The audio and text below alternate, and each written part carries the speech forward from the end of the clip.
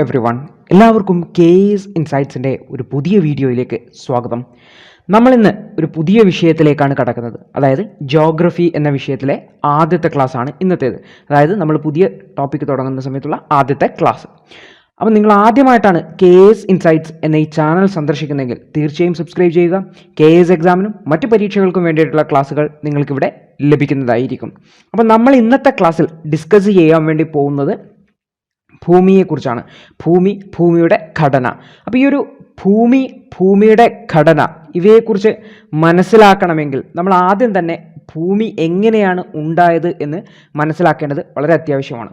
അപ്പോൾ ഭൂമി എങ്ങനെയാണ് ഉണ്ടായത് എന്ന് മനസ്സിലാക്കുന്ന സമയത്ത് അതിൽ തന്നെ ഈ ഒരു ഭൂമിയുടെ രൂപീകരണത്തിന് കാരണമായത് എന്താണെന്നും അത് ബിഗ് ബാങ് എന്ന് പറയുന്ന ഒരു തിയറിയാണ് ഇപ്പോൾ പ്രപ്പോസ് ചെയ്തിരിക്കുന്നത്. അതായത് എങ്ങനെയാണ് ഈ ഒരു പ്രപഞ്ചം ഉണ്ടായത്, ആ ഒരു പ്രപഞ്ചത്തിൽ എങ്ങനെയാണ് ഗാലക്സികൾ ഉണ്ടായത്, എങ്ങനെയാണ് അവിടെ നക്ഷത്രങ്ങൾ ഉണ്ടായത്, എങ്ങനെയാണ് ഭൂമിയെപ്പോലുള്ള ഗ്രഹങ്ങൾ ഉണ്ടായത്. അപ്പോൾ ഇതിനെക്കുറിച്ച് പഠിക്കുന്നതാണ് അല്ലെങ്കിൽ പറയുന്നതാണ് ഈ ഒരു ബിഗ് ബാങ് തിയറി. അപ്പോൾ നമ്മൾ ഇന്നത്തെ ക്ലാസ്സിൽ എങ്ങനെയാണ് പ്രപഞ്ചത്തിൻ്റെ ഉൽപ്പത്തി എങ്ങനെയാണ് തുടങ്ങിയ കാര്യങ്ങളാണ് പഠിക്കാൻ വേണ്ടി പോകുന്നത്. അപ്പോൾ ഈ ഒരു ചിത്രം നോക്കിക്കഴിഞ്ഞാൽ നമ്മുടെ ഭൂമിയാണ്. നമ്മുടെ ഭൂമിയിൽ നമുക്ക് വെള്ളവും കാണാൻ വേണ്ടി പറ്റും, കരയും കാണാൻ വേണ്ടി പറ്റും. അപ്പോൾ ഈ ഒരു വെള്ളവും കരയ്ക്കുമൊക്കെ അപ്പുറത്ത് ഭൂമിയുടെ അടിഭാഗത്ത് ഒരുപാട് പ്രത്യേകതകളുണ്ട്. അപ്പോൾ ഈ ഒരു പ്രത്യേകതകളെക്കുറിച്ച് നമ്മൾ മനസ്സിലാക്കാൻ വേണ്ടി പോവുകയാണ് വരും ക്ലാസ്സുകളിലായിട്ട്. അപ്പോൾ നമ്മൾ ആദ്യം തന്നെ മനസ്സിലാക്കേണ്ടത് ഈ ഒരു പ്രപഞ്ചം എങ്ങനെ ഉണ്ടായി എന്നതിനെക്കുറിച്ചാണ്.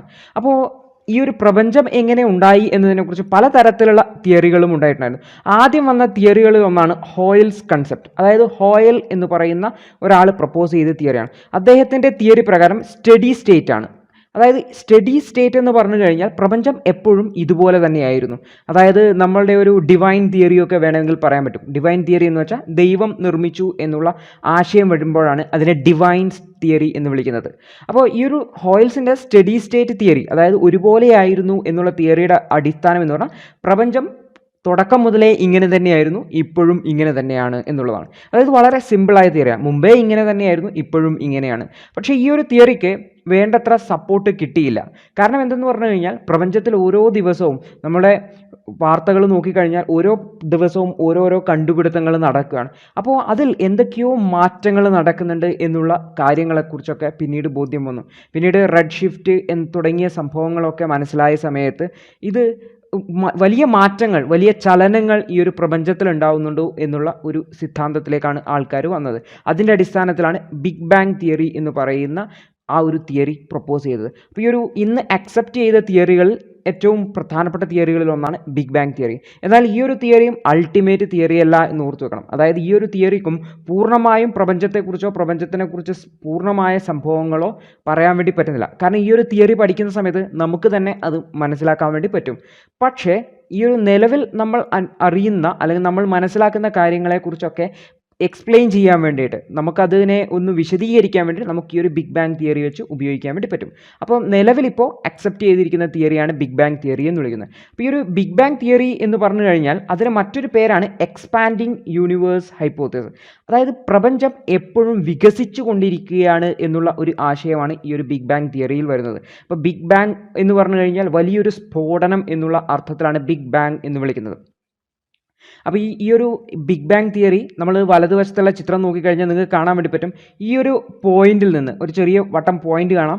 ആ ഒരു പോയിന്റിൽ നിന്ന് ഇത് ഇങ്ങനെ വലുതാവുകയാണ്. അതായത് വികസിച്ചു കൊണ്ടിരിക്കുകയാണ്. ഒരു ചെറിയ സ്ഥലത്ത് നിന്ന് ഇങ്ങനെ വികസിച്ച് പോവുകയാണ്. അപ്പോൾ ഇതിനെയാണ് ബിഗ് ബാങ് എന്ന് അല്ലെങ്കിൽ എക്സ്പാൻഡിങ് യൂണിവേഴ്സ് തിയറി എന്ന്. അതായത് വലിയൊരു സ്ഫോടനം നടക്കുവാണ്, അതിനുശേഷം എക്സ്പാൻഡ് ചെയ്യുകയാണ്.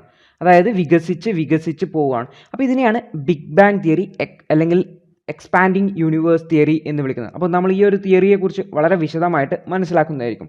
അപ്പോൾ ആദ്യം തന്നെ മനസ്സിലാക്കുക, ഈ ഒരു തിയറി പ്രപ്പോസ് ചെയ്തിരിക്കുന്നത് എഡ്വിൻ ഹബിൾ എന്ന് പറയുന്ന ശാസ്ത്രജ്ഞനാണ്. അപ്പോൾ ഈ ഒരു ഹബിൾ എന്ന് പറയുന്ന പേര് നമ്മൾ ഇടയ്ക്കിടയ്ക്ക് വാർത്തകളിൽ കേൾക്കുന്നുണ്ടാകും. കാരണം ഹബിൾ എന്ന് പറയുന്ന ഒരു ടെലിസ്കോപ്പ് ഉണ്ട്. അതായത് നമ്മുടെ ഈ ഒരു സ്പേസിലുള്ള ഈ ഒരു ഗ്രഹങ്ങളെക്കുറിച്ചൊക്കെ നിരീക്ഷിക്കുന്ന ഒരു ടെലിസ്കോപ്പാണ് ഹബിൾ ടെലിസ്കോപ്പ്. ഇത് ലോഞ്ച് ചെയ്തിരിക്കുന്നത് നാസയാണ്. നാസയുടെ അമേരിക്കയുടെ സ്പേസ് ഏജൻസിയാണ് നാസ, അതായത് നാസ അല്ലെങ്കിൽ USA സ്പേസ് ഏജൻസിയാണ് നാസ. അപ്പോൾ ഈ ഒരു നാസ വിട്ട ഹബിൾ ടെലിസ്കോപ്പ് നമ്മുടെ പ്രപഞ്ചത്തെ അവിടെ വെച്ച് നിരീക്ഷിച്ചു കൊണ്ടേയിരിക്കുന്നുണ്ട്. അപ്പോൾ ഈ ഒരു എഡ്വിൻ ഹബിളിൻ്റെ ഓർമ്മയ്ക്കായിട്ടാണ് അതിനെ ഹബിൾ ടെലിസ്കോപ്പ് എന്ന് വിളിക്കുന്നത്. അപ്പോൾ എഡ്വിൻ ഹബിളാണ് ഈ ഒരു എക്സ്പാൻഡിങ് യൂണിവേഴ്സ് അല്ലെങ്കിൽ ബിഗ് ബാങ് തിയറി പ്രപ്പോസ് ചെയ്തത് എന്ന് ഓർത്തു വെക്കുക. കൂടാതെ ഈ ഒരു എക്സ്പാൻഡിങ് യൂണിവേഴ്സ് പറയുന്നതെന്ന് വെച്ചാൽ പ്രപഞ്ചം വികസിച്ചു കൊണ്ടിരിക്കുകയാണ് എന്നാണ്. അപ്പോൾ ഏകദേശം ഒരു 1920-23 ആകുമ്പോഴാണ് ഈ ഒരു തിയറി വരുന്നത്. 1920 വന്നു. അതിനുശേഷം ഈ ഒരു Edwin Hubble created biggest telescope in the world. അതായത് എഡ്വിൻ ഹബിളിൻ്റെ ഓർമ്മയ്ക്കായിട്ടാണ് ആ ഒരു ഹബിൾ ടെലിസ്കോപ്പ് നിർമ്മിച്ചിട്ടുള്ളത്. ഓക്കെ, ഇനി നമ്മൾ ഓർത്തു വെക്കുക, ഈ ഒരു തിയറിയുടെ ഒരു അടിസ്ഥാനം എന്ന് പറഞ്ഞാൽ galaxies are moving further and further apart. അതായത് ഈ ഒരു എഡ്വിൻ ഹബിൾ ഇത്തരത്തിലുള്ളൊരു തിയറി പ്രപ്പോസ് ചെയ്യുന്ന സമയത്ത് എന്താണ് ഒബ്സർവ് ചെയ്തത്? അതായത് അദ്ദേഹം കുറേ ദിവസങ്ങൾ എന്ന് പറയാൻ കുറേ കാലങ്ങൾ എടുത്തിട്ട് രണ്ട് ഗാലക്സികൾ തമ്മിലുള്ള അകലത്തെക്കുറിച്ച് മനസ്സിലാക്കാൻ വേണ്ടി ശ്രമിക്കുകയാണ് ചെയ്തത്. ഇതൊരു ഗാലക്സിയാണ്, ഇത് വേറൊരു ഗാലക്സിയാണ്. അപ്പോൾ എങ്ങനെയാണ് ഈ ഒരു ഗാലക്സിയിൽ നിന്നുള്ള അകലം അല്ലെങ്കിൽ അവ തമ്മിലുള്ള അകലത്തെക്കുറിച്ച് മനസ്സിലാക്കുക എന്ന് ചോദിച്ചു കഴിഞ്ഞാൽ മനസ്സിലാക്കുക എന്ന് പറഞ്ഞാൽ അവയിൽ നിന്ന് വരുന്ന പ്രകാശത്തെക്കുറിച്ച് മനസ്സിലാക്കിയിട്ടാണ്. കാരണം ഗാലക്സിയിൽ നിന്ന് വരുന്ന ലൈറ്റ് പ്രകാശത്തെക്കുറിച്ച് മനസ്സിലാക്കിയിട്ടാണ്. അപ്പോൾ ഈ ഒരു രണ്ട് ഗാലക്സികളിൽ നിന്നും വരുന്ന ലൈറ്റിനെ കുറിച്ചുള്ള അറിവിൽ നിന്നും നമുക്ക് ആ ഒരു ഗാലക്സിയിലേക്കുള്ള ഏകദേശ അകലം കണ്ടുപിടിക്കാൻ വേണ്ടി പറ്റും. അപ്പോൾ ഈ ഒരു എഡ്വിൻ ഹബിൾ ഇത്തരത്തിലുള്ള ഒരു കാൽക്കുലേഷൻ അല്ലെങ്കിൽ ഇത്തരത്തിലുള്ള ഒരു കാൽക്കുലേഷൻ നടത്തുന്ന സമയത്ത് രണ്ട് ഗാലക്സികളിൽ നിന്ന് വരുന്ന സിഗ്നലുകൾ പരിശോധിച്ചപ്പോൾ കാലങ്ങൾ കഴിയും തോറും അവ തമ്മിലുള്ള അകലം വർദ്ധിക്കുന്നതായിട്ട് കാണാൻ വേണ്ടി പറ്റി.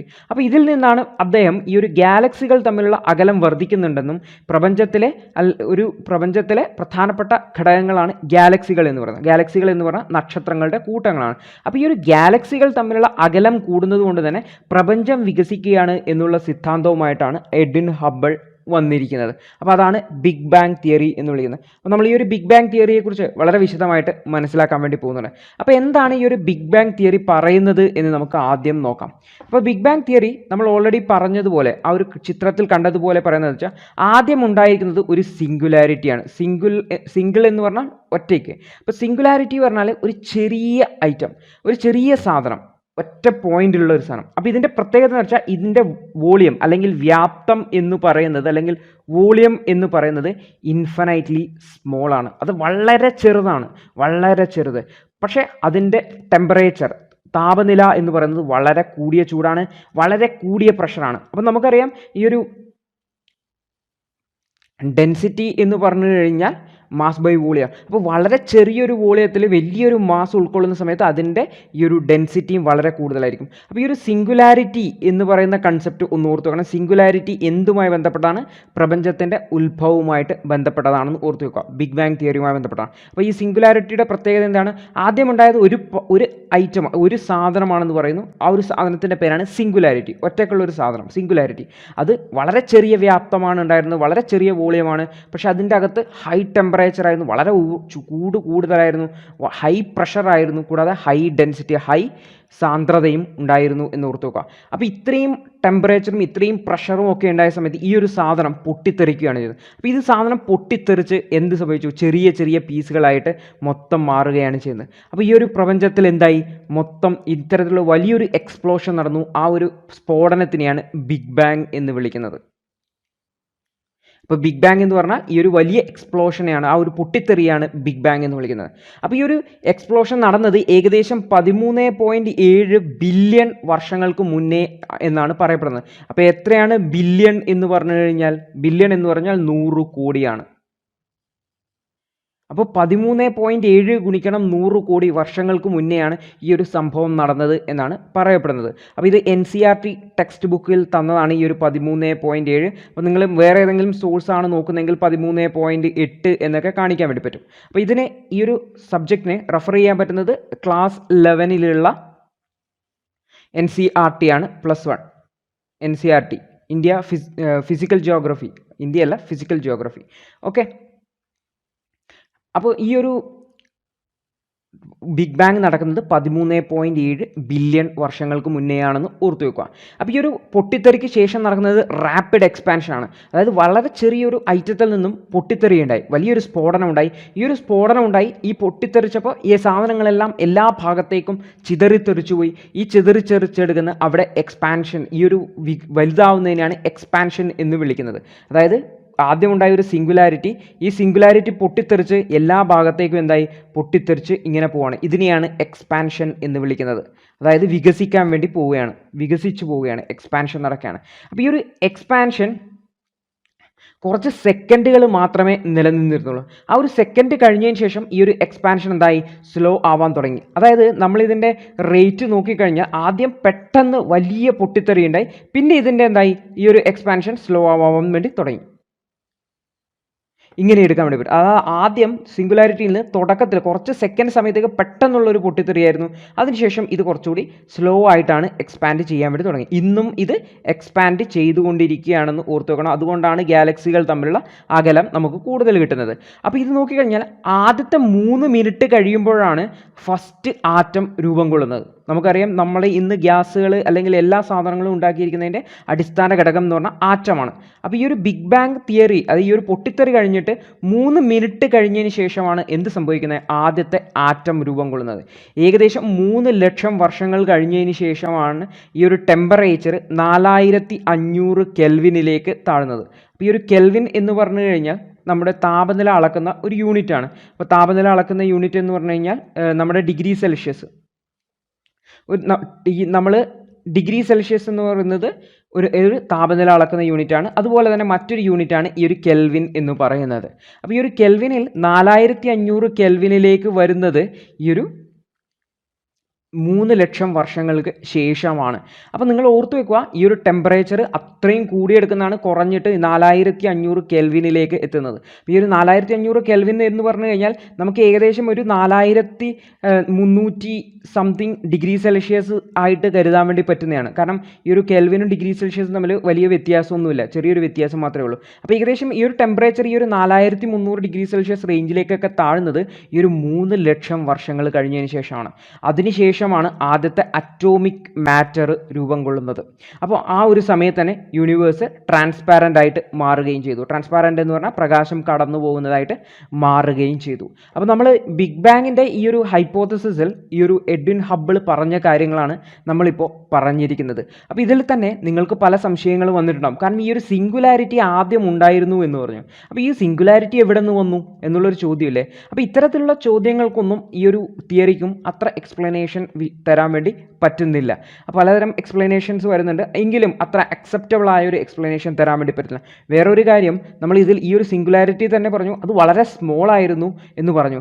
ഇത്രയും ചെറിയൊരു സാധനത്തിൽ നിന്നും എങ്ങനെയാണ് ഇത്രയും വലിയൊരു പ്രപഞ്ചം ഉണ്ടായത് എന്നുള്ളൊരു ചോദ്യവും നമുക്ക് ഉന്നയിക്കാവുന്നതാണ്. അപ്പോൾ ഇത്തരത്തിലുള്ള ചോദ്യങ്ങൾക്കൊന്നും ഈ ഒരു ബിഗ് ബാങ് തിയറിക്ക് എക്സ്പ്ലനേഷൻ കൃത്യമായിട്ട് തരാൻ പറ്റുന്നില്ല. പക്ഷെ നമുക്ക് ഈ ഒരു സംഭവത്തിന് ശേഷം നടന്നത്, അതായത് പ്രപഞ്ചം ഇപ്പോഴും എക്സ്പാൻഡ് ചെയ്യുന്നുണ്ട്, ഈ ഒരു എക്സ്പാൻഡ് ചെയ്തിട്ട് ഈ ഒരു ആറ്റത്തിൻ്റെ ഫോർമേഷൻ ഏകദേശം ഇത്രയും വർഷങ്ങൾക്ക് ശേഷമാണ്, തുടങ്ങിയ കാര്യങ്ങളിലൊക്കെ നമുക്ക് എന്തുണ്ട്, ഇപ്പോൾ സയൻറ്റിഫിക്കായ എവിഡൻസുകൾ കിട്ടുന്നുണ്ട്. അപ്പോൾ അതിൻ്റെ അടിസ്ഥാനത്തിൽ ഈ ഒരു തിയറിയുടെ ഈ ഒരു ഭാഗം ശരിയാണ് എന്നുള്ള ധാരണയിലാണ് നമ്മൾ ഇപ്പോഴും ഈ ഒരു തിയറിയുമായിട്ട് മുന്നോട്ട് പോകുന്നത്. എങ്കിലും ഓർക്കുക, ഈ ഒരു തിയറി 100% അക്സെപ്റ്റ് ചെയ്ത തിയറിയല്ല, ഭൂരിഭാഗം പേരും അക്സെപ്റ്റ് ചെയ്യുന്ന തിയറി എന്ന് മാത്രമേ, ഇന്ന് ഉള്ളതിൽ വെച്ച് ഏറ്റവും ബെസ്റ്റ് തിയറി എന്ന് മാത്രമേ നമുക്ക് പറയാൻ വേണ്ടി പറ്റുള്ളൂ. അപ്പോൾ നമ്മൾ ബിഗ് ബാങ് തിയറിയെക്കുറിച്ചാണ് മനസ്സിലാക്കിയത്. ആദ്യം ഒരു സിംഗുലാരിറ്റിയാണ് ഉണ്ടായത്, ഒരൊറ്റൊരു ആറ്റം.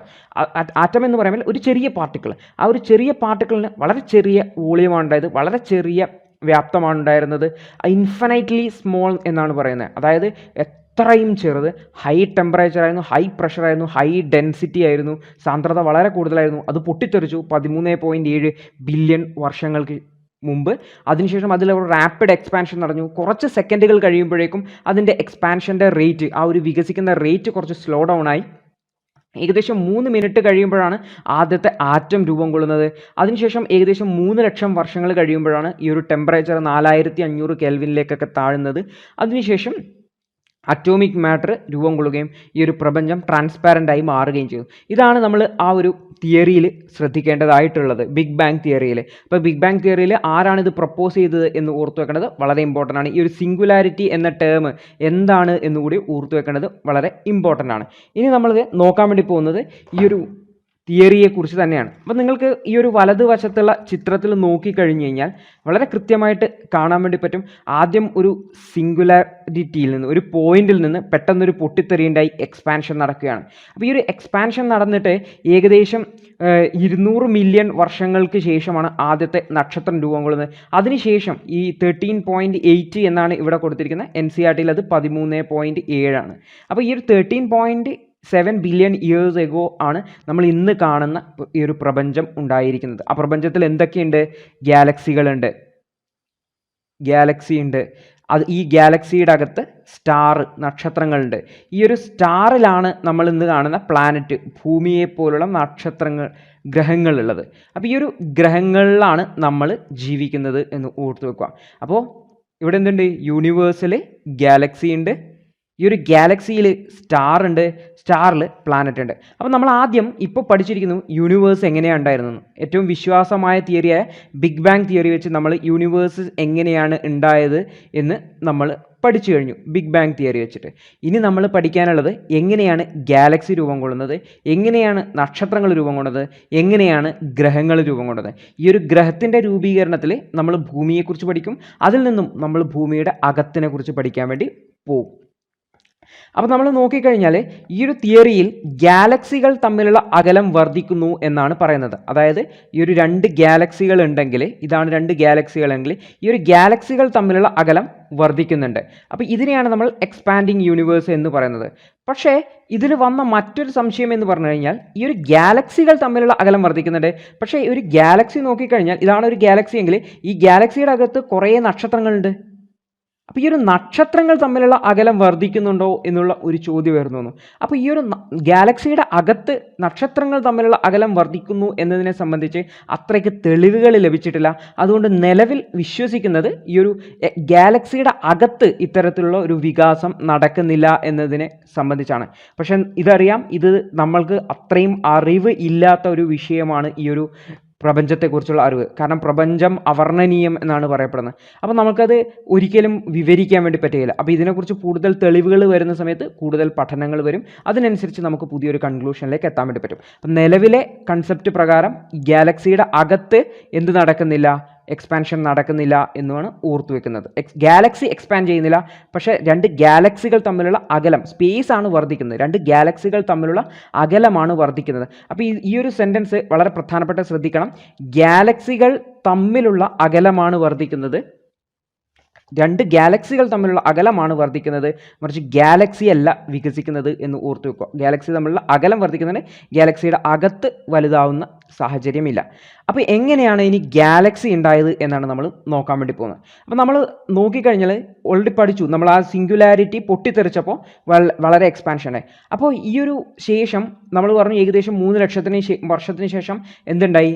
ആറ്റോമിക് മാറ്റർ ഫോം ചെയ്യാൻ വേണ്ടി തുടങ്ങി. അപ്പോൾ ഇത്തരത്തിലുള്ള ആറ്റോമിക് മാറ്റേഴ്സ് പല സ്ഥലത്ത് ഇങ്ങനെ കിടക്കുന്നതാണ് ഉണ്ടായിരുന്നത്. അപ്പോൾ ചില സ്ഥലത്ത് ഇത് കുറച്ച് കൂടുതലുണ്ടായിരുന്നു.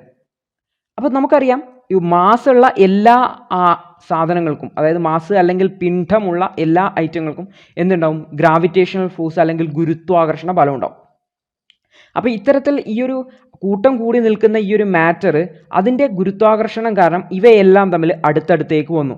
ഇത്തരത്തിലുള്ള ഒരുപാട് മാറ്റേഴ്സ് അല്ലെങ്കിൽ ഒരുപാട് ഇത്തരത്തിലുള്ള അറ്റോമിക് മാറ്റർ അടുത്തടുത്തേക്ക് വരികയും ഒരു ഗ്യാസിൻ്റെ ഒരു കൂട്ടം ഉണ്ടാവുകയും ചെയ്തു.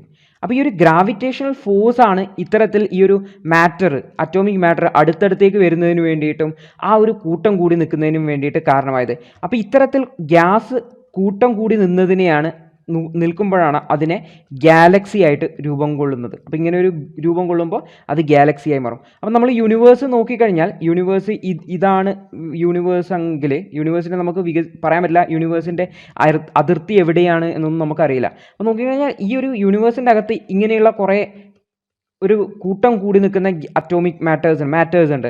അപ്പോൾ ഈ ഒരു മാറ്റർ കൂട്ടം കൂടി നിൽക്കുന്നതിനെയാണ് ഗ്രാവിറ്റേഷണൽ ഫോഴ്സ് കാരണം ഇവയെല്ലാം കൂടി നിൽക്കുന്നതാണ്, ഇതിനെയാണ് നമ്മൾ എന്ത് വിളിക്കുന്നത്? ഗാലക്സി എന്ന് വിളിക്കുന്നത്.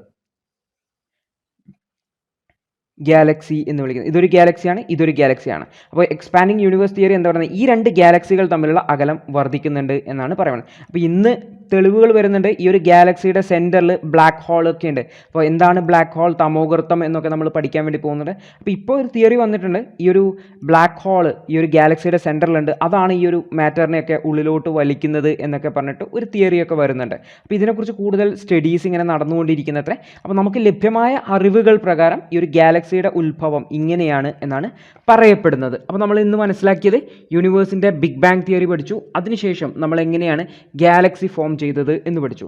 അപ്പോൾ നമ്മുടെ ഗാലക്സിയാണ് മിൽക്കി വേ ഗാലക്സി. നമ്മുടെ ഗാലക്സി എന്ന് പറഞ്ഞു കഴിഞ്ഞാൽ നമ്മൾ താമസിക്കുന്നത് ഗാലക്സി മിൽക്കി വേ ആണ്, അല്ലെങ്കിൽ നമ്മളതിനെ ക്ഷീരപഥം എന്നുകൂടി വിളിക്കാറുണ്ടെന്ന് ഓർത്തുക. അപ്പോൾ ഈ ഒരു മിൽക്കി വേയിലാണ് എന്തുള്ളത്, നമ്മുടെ നക്ഷത്രമായ സൂര്യനുള്ളത്. ഈ ഒരു സൂര്യനിലാണ് കുറേ ഗ്രഹങ്ങളുണ്ട്, അതിലൊരു ഗ്രഹമാണ് ഭൂമി. ഈ ഒരു ഭൂമിയിലാണ് നമ്മളുള്ളത്, അതായത് ഞാനും നിങ്ങളും ഉള്ളത് ഈ ഒരു ഭൂമിയിലാണ്. അപ്പോൾ നമ്മളുടെ ഗാലക്സിയുടെയാണ് ഇത്. അപ്പോൾ ഈ ഒരു ഗാലക്സി നോക്കിക്കഴിഞ്ഞാൽ നമുക്ക് ഈ ഗാലക്സിനെ നമുക്ക് ഇങ്ങനെ വരക്കാൻ വേണ്ടി പറ്റും അല്ലേ, ഒരു നിലച്ചക്രം കറങ്ങുന്ന പോലെയാണ്. അപ്പോൾ ഇതിനെയാണ് സ്പൈറൽ ഗാലക്സി എന്ന് വിളിക്കുന്നത്, ഒരു സ്പൈറൽ ഷേപ്പ് ആയതുകൊണ്ട്. അപ്പോൾ ഗാലക്സി അതിൻ്റെ ഷേപ്പ് അനുസരിച്ച് പലതരത്തിലുണ്ട്. അപ്പോൾ ഇത് നമ്മുടെ മിൽക്കി വേ ഗാലക്സി ഒരു സ്പൈറൽ ഗാലക്സി ആണെന്ന് ഓർത്ത് വെക്കുക. അപ്പോൾ ഈ ഒരു സ്പൈറൽ ഗാലക്സിയുടെ ഇതിനെയൊക്കെ ആം എന്നാണ് വിളിക്കുക. ഓരോ കൈയാണ് അല്ലെങ്കിൽ കൈയാണ് ഈ ഒരു എന്ന് വിളിക്കുന്നത്. അപ്പം നമ്മുടെ ഈ ഒരു ഗാലക്സിയുടെ ഇതാണ് സെൻറ്റർ. ഇവിടെ ഒരു തമോഗർത്തം അല്ലെങ്കിൽ ബ്ലാക്ക് ഹോൾ ഉണ്ടെന്നാണ് പറയപ്പെടുന്നത്. അപ്പോൾ അതിനെക്കുറിച്ച് സ്റ്റഡീസ് വരുന്നത്രേ. നമ്മൾ നോക്കിക്കഴിഞ്ഞാൽ നമ്മുടെ സൂര്യനുള്ളത് ഇവിടെയാണ്. അപ്പോൾ ഈ ഒരു ഗാലക്സി നോക്കിക്കഴിഞ്ഞാൽ നിങ്ങൾക്ക് കാണാൻ വേണ്ടി പറ്റും, കുറേ സ്ഥലത്ത് ഒഴിഞ്ഞു കിടക്കുന്ന സ്ഥലമുണ്ട്. ഇത് ഒഴിഞ്ഞു കിടക്കുന്ന സ്ഥലമാണ്, ഇത് ഒഴിഞ്ഞു കിടക്കുന്ന സ്ഥലമാണ്. എന്നാൽ ചില സ്ഥലത്താകട്ടെ ഇങ്ങനെ ഒരു കൂട്ടമുണ്ട്, കാണുന്നില്ലേ? അപ്പോൾ ഇതിനെയാണ് നമ്മൾ ആറ്റോമിക് മാറ്ററിൻ്റെ ക്ലൗഡ് എന്ന് പറയുന്നത്. അപ്പോൾ നമ്മൾ നോക്കിക്കഴിഞ്ഞാൽ ഈ യൂണിവേഴ്സിൽ ഈ ഒരു മൊത്തം ക്ലൗഡിനെയാണ് നമ്മൾ എന്ത് വിളിക്കുന്നത്, ഈ ഒരു ഗാലക്സി എന്ന് വിളിക്കുന്നത്. അപ്പോൾ ഇതിൻ്റെ ശേഷമുള്ള ഈ ഒരു സ്ഥലം എംപ്റ്റി ആണ്. കുറേ അകലം കഴിഞ്ഞ് കഴിഞ്ഞാൽ ഇതുപോലെ ഒരു ക്ലൗഡ് ഇവിടെയും കാണാൻ വേണ്ടി പറ്റും, അത് അടുത്ത ഗാലക്സി ആയിട്ട് വരും. ഓക്കെ, അപ്പോൾ ഈ ഒരു ഗാലക്സിയിൽ നമ്മുടെ ഗാലക്സിയാണ് മിൽക്കി വേ അല്ലെങ്കിൽ ക്ഷീരപഥം എന്ന് വിളിക്കുന്നത്. ഈ ഒരു ക്ഷീരപഥത്തിൽ നമ്മുടെ സൂര്യൻ്റെ സ്ഥാനം ഇവിടെയാണ്. ഈ ഒരു സൂര്യൻ്റെ ചുറ്റുമാണ് നമ്മൾ ഭൂമിയുള്ളത്, ആ ഭൂമിയിലാണ് നമ്മളുള്ളത്. അപ്പോൾ നമുക്ക് മനസ്സിലാവും പ്രപഞ്ചത്തിൽ നമ്മുടെ സ്ഥാനം എവിടെയാണ് എന്ന് നമുക്ക് മനസ്സിലാക്കാൻ വേണ്ടി പറ്റും. ഓക്കെ, അപ്പോൾ നമ്മൾ എന്തൊക്കെ പഠിച്ചു? നമ്മൾ ഇന്ന് എങ്ങനെയാണ് ബിഗ് ബാങ് തിയറി എന്ന് പഠിച്ചു. അതിനുശേഷം എന്താണ് ഗാലക്സി എന്ന് പഠിച്ചു. ആ ഒരു ഗാലക്സിനെ കുറിച്ച് ഒരു ഐഡിയ കിട്ടിയിട്ടുണ്ടാവും വിചാരിക്കുന്നു. ആ ഒരു ഗാലക്സി എന്ന് പറഞ്ഞാൽ ഈ ഒരു അറ്റോമിക് മാറ്ററിൻ്റെ കൂട്ടമാണ്, അല്ലെങ്കിൽ ഗ്യാസിൻ്റെ കൂട്ടമാണെന്ന് നമുക്കറിയാം. പ്രപഞ്ചത്തിൽ ഏറ്റവും കൂടുതലുള്ള ഗ്യാസ് എന്ന് പറഞ്ഞാൽ ഹൈഡ്രജനും ഹീലിയവുമാണ്. അപ്പോൾ ഹൈഡ്രജനും ഹീലിയവുമാണ്, ഈ ഒരു ഹൈഡ്രജനും ഹീലിയവുമാണ് ഈ ഒരു പ്രപഞ്ചത്തിൽ ഏറ്റവും കൂടുതലുള്ളത്. അപ്പോൾ ഈ ഒരു ഹൈഡ്രജനും ഹീലിയത്തിൻ്റെയും ക്ലൗഡുകളെയാണ് നമുക്ക് എന്ത് വിളിക്കാൻ വേണ്ടി പറ്റുന്നത്, ഈ ഒരു ഗാലക്സി എന്ന് വിളിക്കുന്നത്. ഈ ഒരു ഗാലക്സിയുടെ അകത്ത് തന്നെ ചെറിയ ലോക്കലൈസ്ഡ് ലംസ് ഉണ്ട്, അതായത് ഗ്യാസ് കൂട്ടം കൂടി നിൽക്കുന്നുണ്ട്. അവിടെയാണ് നക്ഷത്രങ്ങളും മറ്റുമൊക്കെ രൂപം കൊള്ളുന്നതെന്ന് നമ്മൾ മനസ്സിലാക്കിയിട്ടുണ്ട്. അപ്പോൾ ഇതാണ് നമ്മൾ ഇന്നത്തെ ക്ലാസ്സിൽ പഠിച്ച കാര്യങ്ങൾ. ഓക്കെ, അപ്പോൾ നമ്മൾ ഇന്നത്തെ ക്ലാസ്സിൽ പഠിച്ചിരിക്കുന്നത് എന്താണ് ബിഗ് ബാങ് തിയറി എന്ന് നമ്മൾ പഠിച്ചു. അപ്പോൾ ആ ബിഗ് ബാങ് തിയറി പ്രപ്പോസ് ചെയ്തത് ആരാണെന്ന് പഠിച്ചു, എഡിൻ ഹബിൾ ആണെന്ന് പഠിച്ചു. അപ്പോൾ ബിഗ് ബാങ് തിയറി എന്താണ് പ്രപ്പോസ് ചെയ്യുന്നത്, അതായത് നമ്മുടെ അല്ലെങ്കിൽ സ്പേസ് ബിറ്റ്വീൻ ഗാലക്സീസ്, അതായത് രണ്ട് ഗാലക്സികൾ തമ്മിലുള്ള അകലം വർദ്ധിക്കുന്നുണ്ട് എന്ന് പഠിച്ചു, അദ്ദേഹത്തിൻ്റെ എക്സ്പെരിമെൻറ്റിൻ്റെ അടിസ്ഥാനത്തിലൊക്കെയാണ്. അതിനുശേഷം നമ്മൾ എഡിൻ ഹബിളിനെ കുറിച്ച് പഠിച്ചു, അദ്ദേഹത്തിൻ്റെ പേരിലുള്ള ടെലിസ്കോപ്പ്, നാസയുടെ ടെലിസ്കോപ്പിനെ കുറിച്ച് പഠിച്ചു. അതിനുശേഷം നമ്മൾ ഈ ഒരു മിൽക്കി വേ ഗാലക്സിയെ കുറിച്ച് പഠിച്ചു, ഗാലക്സിയുടെ ഉത്ഭവം എങ്ങനെയാണെന്ന് പഠിച്ചു, ബിഗ് ബാങ് തിയറിയും നമ്മൾ മനസ്സിലാക്കിയിട്ടുണ്ട്. അപ്പോൾ ഇത്രയുമാണ് നമ്മൾ ഇന്നത്തെ ക്ലാസ്സിൽ മനസ്സിലാക്കിയത്. അപ്പോൾ നമ്മൾ ഗാലക്സി വരെ എത്തിക്കഴിഞ്ഞു. അടുത്ത ക്ലാസ്സിൽ നമ്മൾ നക്ഷത്രങ്ങളുടെ ഫോർമേഷനെ കുറിച്ച് പഠിക്കും. അതിനുശേഷം നമ്മൾ എർത്തിൻ്റെ ഫോർമേഷൻ അല്ലെങ്കിൽ ഗ്രഹങ്ങളുടെ രൂപീകരണത്തെക്കുറിച്ച് പഠിക്കും. അതിനുശേഷം നമ്മൾ എന്ത് പോവും, എർത്തിൻ്റെ അകത്തേക്ക് പോവും, അതായത് ഇൻറ്റീരിയർ ഓഫ് എർത്തിലേക്ക് പോകും. അപ്പോൾ ഇതാണ് നമ്മുടെ ഒരു സ്റ്റഡി പ്ലാൻ എന്ന് പറയുന്നത്. അപ്പോൾ ഈ ഒരു ക്ലാസ് നിങ്ങൾക്ക് എല്ലാവർക്കും മനസ്സിലായിട്ടുണ്ടാവും എന്ന് വിചാരിക്കുന്നു. നിങ്ങൾക്ക് ഈ ഒരു ക്ലാസ് ഇഷ്ടപ്പെട്ടുവെങ്കിൽ തീർച്ചയായും ലൈക്ക് ചെയ്യുക, നിങ്ങളുടെ അഭിപ്രായം താഴെ കമൻറ്റായി രേഖപ്പെടുത്തുക. കൂടാതെ നിങ്ങളുടെ സുഹൃത്തുക്കളിലേക്ക് ഈ ഒരു വീഡിയോ പരമാവധി എത്തിക്കുക കൂടി ചെയ്യുക. അപ്പോൾ നമുക്ക് അടുത്തൊരു ക്ലാസ്സിൽ കാണാം. അതുവരെ good bye, all the best.